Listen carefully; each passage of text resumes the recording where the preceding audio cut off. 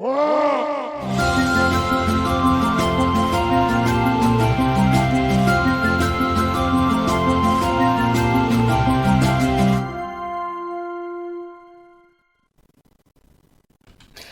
evening, gladiators. We are about to play Saludo. Hey everybody, welcome to Season 3 of the Games Gladiator. It's been a while since the last one.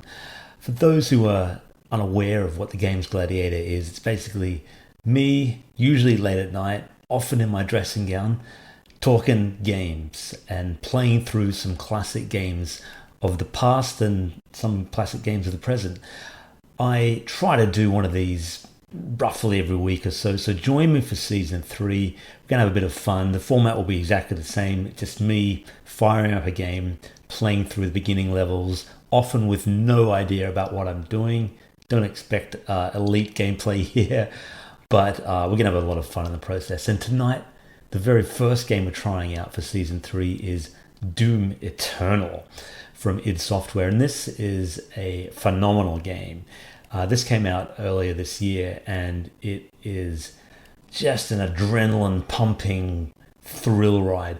I've actually been playing Doom Eternal over the last week and a half, late at night. It is intense, to say the least, so I'm looking forward to showing you the first level or so of the game. So without further ado, join me now as we head to hell and hopefully back in Doom Eternal.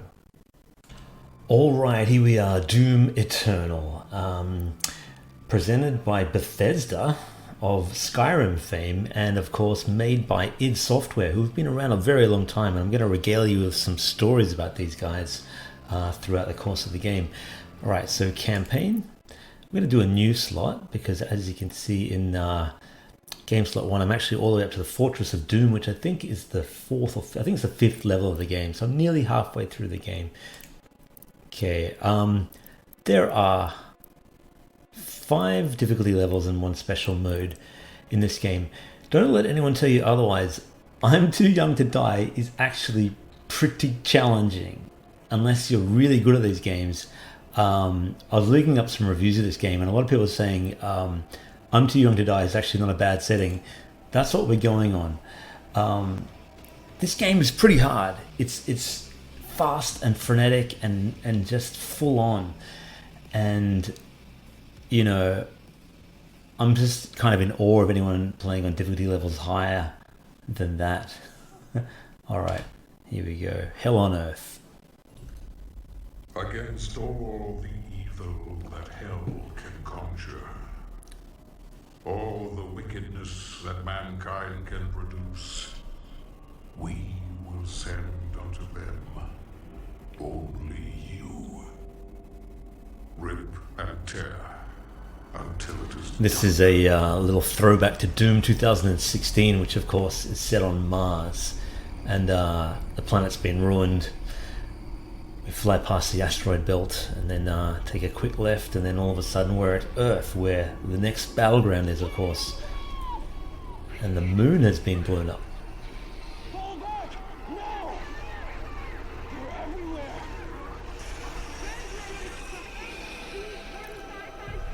All those red splotches on the planet, of course, are demonic presences and, you know, cracks of fire and pentagrams, and it's a messed up place, Earth, in the near future. Much worse than the current pandemic we're facing. So we got it good right now. All right, so we're now in our home base, which is this kind of floating ship. I forgot the name of it, but this is where every mission begins. And that, of course, is the Doom guy. 60% of our planet has been consumed by the invaders.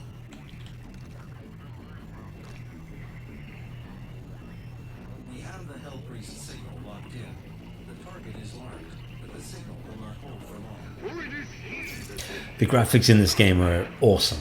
They are, like, fantastic. And that is, of course, thanks largely to John Carmack, the guru behind, the original Doom and everything, who actually I don't know for sure if he worked in this engine or not, but he put a lot of effort into, getting the 3D up to scratch. All right, let's skip that. Okay, so you start off, of course, in a like a hell prison thing. It's a classic sort of point and shoot kind of game. Get some more ammo. As you can see, beautiful looking game. Look at this fire and tons of detail. It's a simple game, really. It's quite linear. In fact, you basically just follow. Oh yeah, you got glory kill. So when you get up close to someone, you just smash their head in. Yeah, quite linear. You follow the path. There are some alternative routes, and tons of secrets. But in general, you can get away with sort of just following where the market goes, and that is not a bad thing, because in this sort of world of open world games where 150 hours of gameplay and that kind of stuff, this is quite a welcome reprieve, especially if you're time poor like I am. Alright, the chainsaw. It wouldn't be Doom without the chainsaw, so let's use a chainsaw on this guy. Oh yeah, a little note. If you're watching it with kids, please look away, because it's not exactly a family-friendly game, but you probably knew that from the title, Doom. It is gory as any game you can imagine. It's brutal. I mean, look at this. A sort of souls of hell, blood, torture devices, and it's messed up, you know what I mean? It's cartoony, of course, but still could be disturbing for little ones. Alright. Jump, climb up here. There's lots of cool little, you see the, Doom guy's hands and stuff like that. Little touches. Get your armor, get your ammo. You can actually upgrade a lot of things in this game. So, upgrade your combat shotgun. Let's go full automatic. There are tons of armor, weapon, runes you can get for your character. Everything you could want, really. It's actually got way more upgrades than any previous sort of Doom style game that I can remember. The first couple of Dooms had nothing like that. So you can right click and you kind of use it like a minigun. So when those guys are flashing, you can kill them.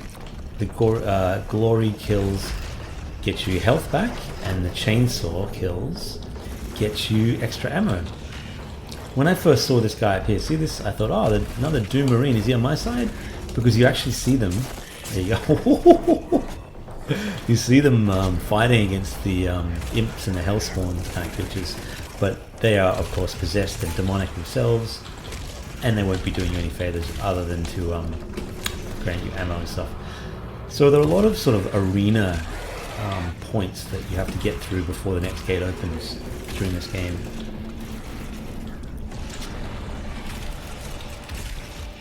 They are pretty frenetic, pretty frantic, but the trick to Doom Eternal is to keep moving, keep killing. If you stay still, you die, but if you are aggressive and follow creatures and you run out of ammo and stuff, you can often get your health back, and you don't need to be looking for a lot of health things until you are fighting the more powerful monsters. So I'm using my chainsaw. You start off, you only get a couple of chainsaws at a time, and then you got to find fuel for it. So you can't just keep spamming the chainsaw button. That way. Yeah. You do that hundreds of times in the game. The glory kills, but they never get old. And there is an upgrade later to speed them up too. So that door's open. Head through. Get a little. There's these codex entries I'll show you. These are little sort of text about the world. You can see these giant creatures that we're in one of those castles right now. They're pretty epic. We'll go outside, we might even see one. This kind of UI is a little bit crap. It doesn't look that professional in my mind. Maybe it's a color scheme or something. It's fine. There's nothing wrong with it. It just seems kind of almost like an indie game. But the rest of the game is top notch. Listen to this, is crazy.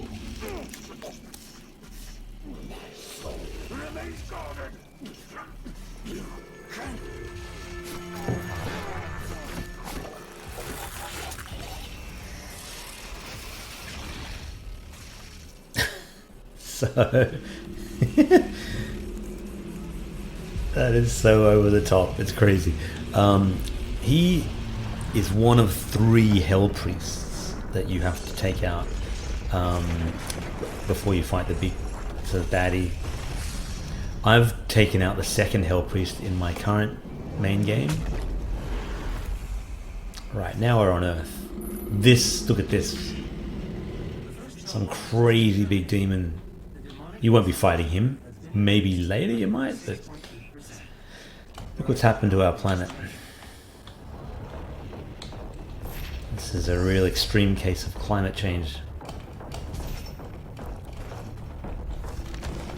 Little codex telling us kind of what's gone wrong. We'll get another upgrade if we can. Sticky bombs. Tons of upgrades. Alright. There's lots of these little tutorial things at the beginning, but we can skip past them as we... Those green things are of course armor. Go away.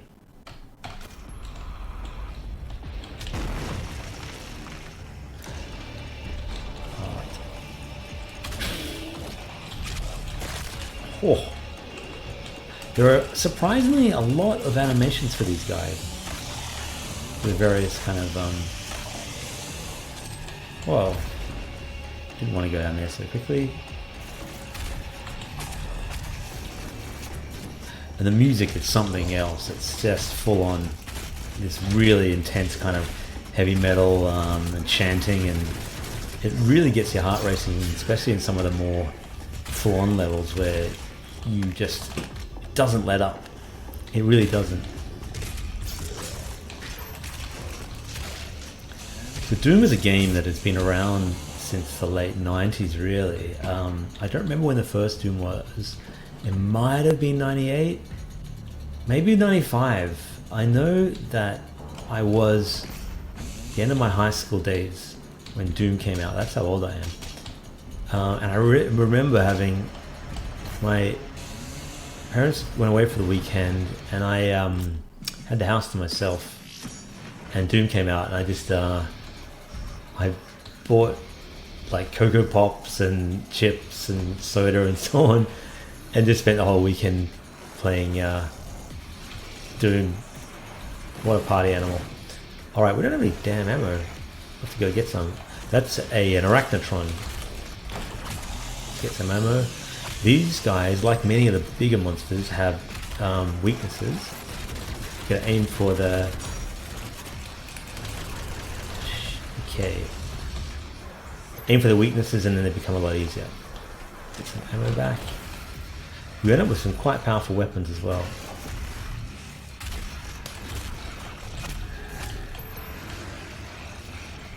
But yeah, very fond memories of playing Doom and Doom 2 and being kind of freaked out by them. At the time there was, you know, nothing else like it. It really was something else. Ultra gory, ultra violent, ultra cartoony, but just, you know, you're one guy versus the entire Legion of Hell, and it's so fast paced. Look at this. Stab it in the eye with his own arm. Twisted. And you know, of course, the original Doom was very controversial when it came out, and you know, a lot of, you know, the bleeding heart types wanted to ban the game and said it would be the downfall of our children. You know, people have been saying that forever. They said Elvis was going to be the downfall of kids back in the 50s. Jump pad up here, flat there.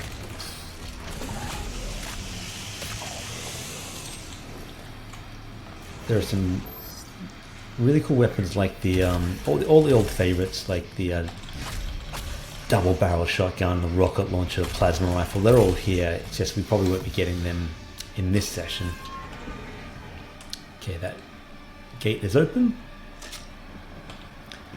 I remember buying a book on the guys that created Doom, John Carmack and John Romero. John Carmack I mentioned earlier as the genius behind the 3D technology, and he was the main kind of programmer, and Romero was the designer. And they started off kind of making just shovelware games, you know, the kind of stuff you'd see in the bargain bin at Walmart for $2. They were making them for another company, and on the side they sort of just started making their own games. And one of the first things they did was they took a Nintendo. This is kind of cool. Okay, there's a map. They had a Nintendo, a Super Nintendo. One weekend they took it. They all moved into this lake house. One weekend they took the Nintendo, fired up Super Mario Brothers with their computer next to it, and they programmed the entire first level of the game in one weekend so it would run on a PC. And they did this by video recording the Super Nintendo and frame by frame kind of just emulating what it was doing and getting it working on the PC. And that might sound like nothing now because there's a million, you know, you've seen so many Flash versions of Mario Brothers and so many cool 2D platformers now. But back then, believe it or not, there was almost no 2D platformers, and on a PC, nothing that would scroll well. But these guys got the actual, you know, nice smooth scrolling of Super Mario happening. And even better, they took a Nintendo, they actually sent them a demo disc, and Nintendo saw it and said, wow, that is amazing. Delete it straight away. We will not allow this. We don't want Super Mario on a PC. It's a Nintendo only thing. But also, you know, we think you guys are pretty amazing. And that gave them the confidence they needed. They thought, well, you know what, we don't really need Nintendo. We can do our own thing. And they turned that game into Commander Keen, which was, of course, well, I'm going to die. Too busy talking. Sometimes it's tricky to talk and play.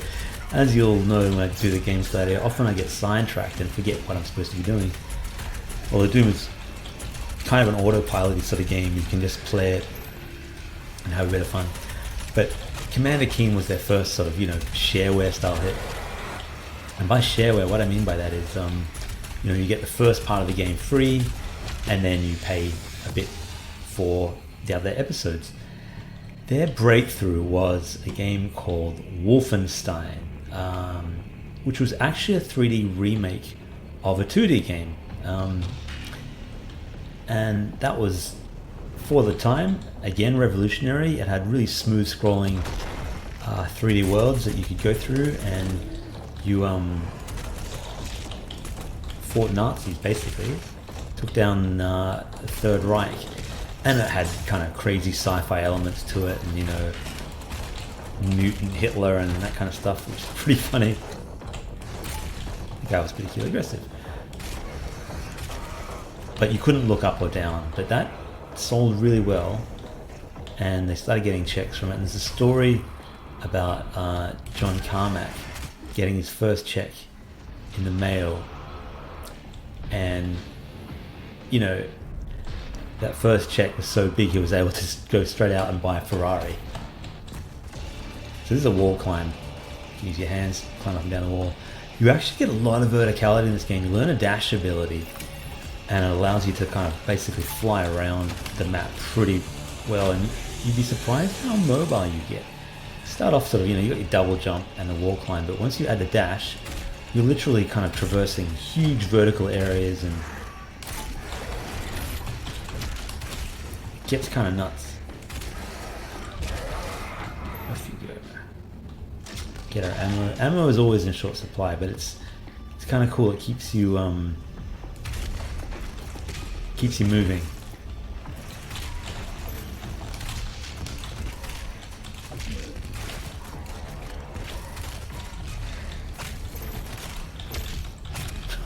so over the top.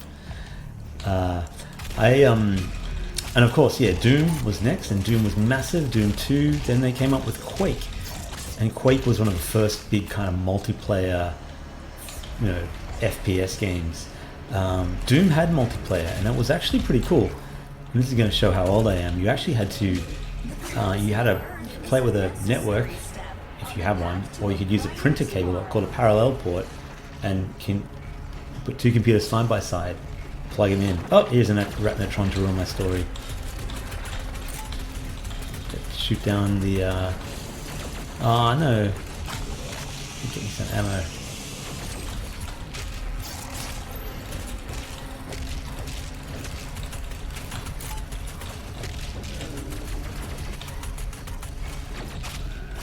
A little bit of a tricky spot. You get it. Once you get that gun down, you're okay.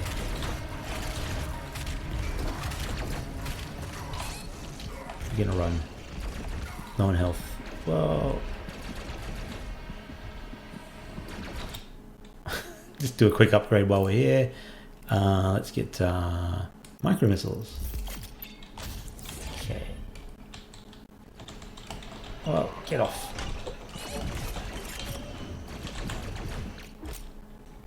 A grenade. Are they still chasing me while I kind of slowly look at these new weapons? Just want to get to the checkpoint. Alright. Cacodemon.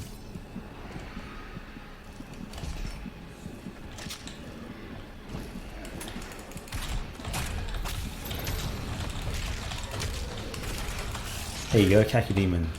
The first sort of hellish demon that you see. Oh no, it fell off. Oh! Not technically dead, but the first sort of misstep of the game. And the second. Dear. Oh, what? We just spawned right there. How embarrassing. Load the checkpoint.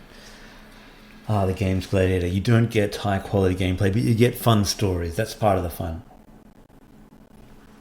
I've said this in earlier seasons of the Games Gladiator. What I want this Games Gladiator series to feel like is, you and me sitting here with a cup of tea or a cup of coffee or a beer, whatever it is, having a yarn, having a chat, talking games, playing games. I want this to feel like, you're here with me, really, and in these sort of times of quarantine and isolation, I think that's a nice thing, because we're all a little bit isolated at the moment. There you go, I get that. Hit him with a... Oh damn, I wanted to do a special move on him. You rip out his eyeball. It's pretty intense.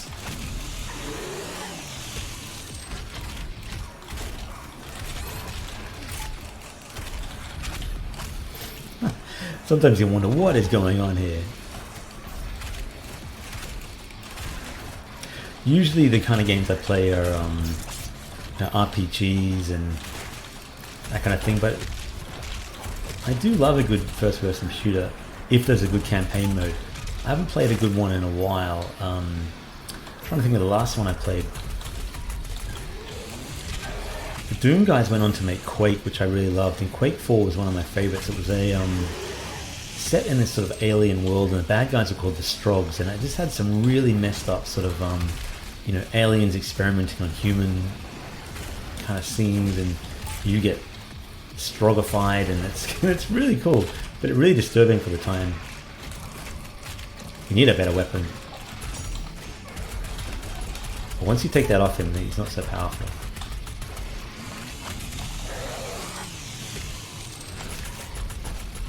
What I like about Doom Eternal is that it's actually colourful, There's something fun about that. Okay, checkpoint reached. And another one. Hey. There are so many dull grey games, and this is kind of a greyish level, but there's still lots of coloured lighting, greens and blues, and there's something that over the top about it, but in a good way. It doesn't take itself seriously. It's like a really camp horror film,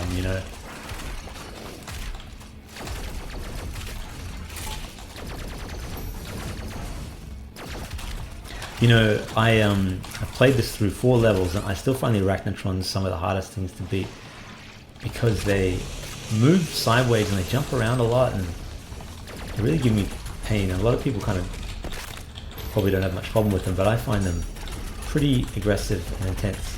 They're pretty cool. They're like these sort of skull spider things that have, you know, part cyborg, part... Take that. I played Doom 2016. That's a cool mech warrior type thing that was, I guess, trying to defend the Earth from these evil pentagrams. I played Doom 2016, but you know what? I couldn't really get into it. I might have been because I was playing it on the PlayStation, and there's something about using a mouse and keyboard that really, you know, makes a big difference. But this thing seems to be a little bit more, just faster paced and a little more, you know, energetic. Here we go, watch this. Like Doom Eternal has, or Doom 2016 had fatalities and all that kind of stuff, but this has even more. Yeah, I'm really finding I'm loving it. You know, I've been playing it late at night when I should be programming, because of course during the day I'm looking after Isaac a lot. So of course my own games work is suffering a little bit at the moment, but you know, these are strange times. We're in right now, you know, with pandemic and all that, so you got to cut yourself a bit of slack. If you're feeling stressed out and so on, you know, and you don't feel like you're being as productive as you could, don't worry, we're all feeling like that, and sometimes you just got to relax and take some time off and play games and stuff like that. Because for me, most of the year at night I'm working on the games. I work during the day, I work during the night. A couple of times a year I'll take a bit of time and play a game. And you saw that guy coming, it's like a tentacle that comes out of the ground, kind of crazy. So yeah, you know, you need to be able to relax and have a bit of fun. Relax by killing demons, and I probably haven't taken a breath. This is so full on. Even these early levels, I love it. I'm actually up to a level at the moment in my campaign version of this called the Super Gore Nest, and that kind of sums up what kind of game it is. There's lots of secrets in this game, and this is actually the first one I've found, but there's lots of other ones, like cheat codes and little Pop Funko toys, that kind of thing. It's really cool. Now I've lost where we're going.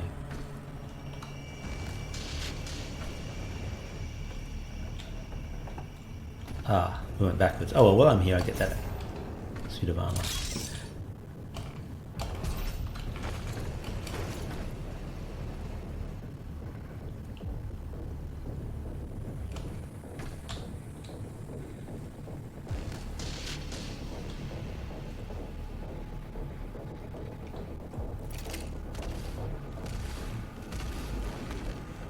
Oh, it's pop up out of nowhere. I'll shoot these guys in the mouth. The level I just defeated, which was called the cultist lair, I think it was, the cultist base, had this crazy enemy which was part tank, part demon, and it slowly sort of is assembled through the level in all these different vats and vaults, and it's really cool. And full on.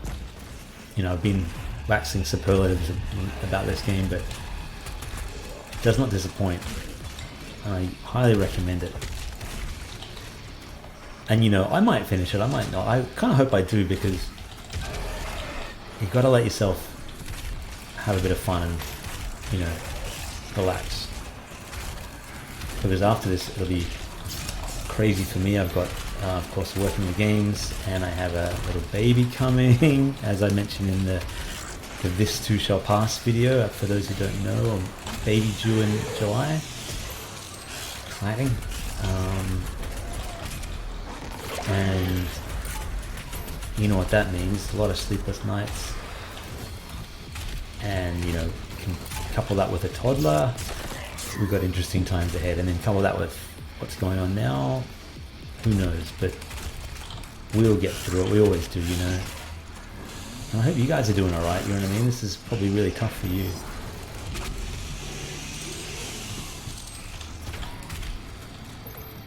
Whoa. Where'd that cacodemon go? There he is. Let me have your eye. A souvenir. This is another one of those sort of arena areas.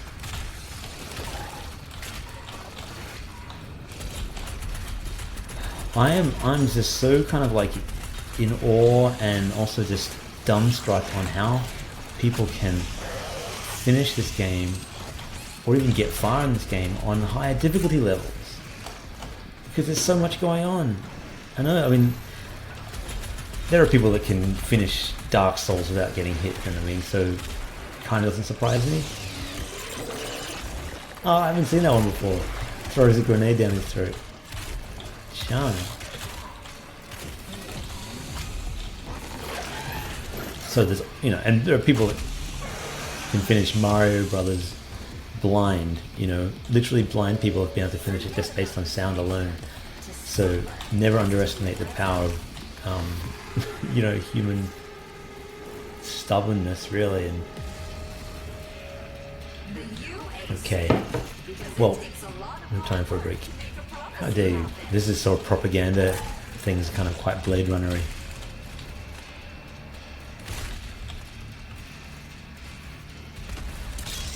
I'm going to wrap this video up soon. Hopefully we'll get to the end of the level, but there's actually, I'm not going back to work. It's quite late at night, but there's also a Michael Jordan documentary I want to watch called The Last Dance. Those who know me or have watched enough of these kind of videos to sort of know a little bit about me, I'm a big basketball fan, huge fan of the NBA, and it was actually a really good season of the NBA this year. So it's kind of sad that it's kind of the many things that are sad about what we've lost. We've lost a cool NBA season, so it's kind of nice to have a bit of basketball out in my life. And this one is a documentary about the 1998 Chicago Bulls, which are one of the greatest teams in history and the last of Michael Jordan's 6 titles. And it's all about the sort of behind-the-scenes shenanigans. You know, Jordan is considered the best player in the world, you know, in history.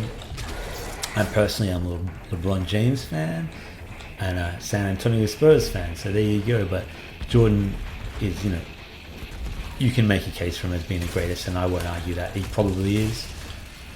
He's awesome. He's probably the most awesome player to watch ever play the game. And so it's going to be a fun documentary. But, you know, probably not tuned into this video for, so we'll get to the end of the level. And I'll go my way, you go yours. Yeah, so you look, in the comments, let me know if there's any other games you want me to try. I've got a kind of a bit of a list of things that I want to check out. But if there's any that you want to see me play that I haven't covered in early series, let me know. I have planned to do a few more Swords and Sandals ones. I know, because a lot of people who subscribe to this channel are fans of Swords and Sandals. Give me some ammo. Give me some health. We're going to die. 2 health left. Carrying a corner. Will I die carrying a corner? I will not. But I've run out of, I made a mistake of killing all the little spawning zombies and stuff like that. That's where you get your health back. Dead. I think we will leave it there. That, my friends, is Doom Eternal. And yeah, I'm smiling because it's a nostalgic game made today. You know, it's everything I want from Doom in the year 2020. It's full on, it's intense, it's just, yeah, it's classic Doom. And if you've ever played any of the Dooms and liked them, I most definitely recommend this game. As I said earlier, I'm going to try and do a Games Gladiator video, you know, every